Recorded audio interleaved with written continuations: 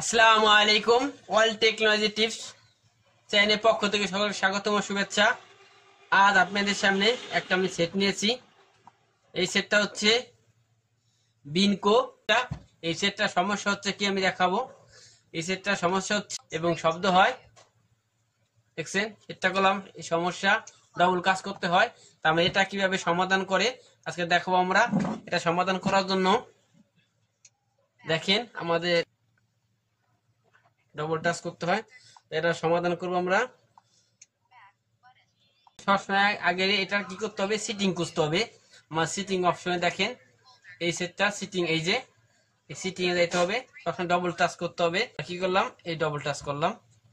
Double touch করার পর আমার যাইতে হবে অ্যাক্সেসিবিলিটি। দেখেন এই যে একটা দেওয়া আছে অ্যাক্সেসিবিলিটি, দেখছেন মার্ক করে দিতেছি, দেখছেন অ্যাক্সেসিবিলিটি।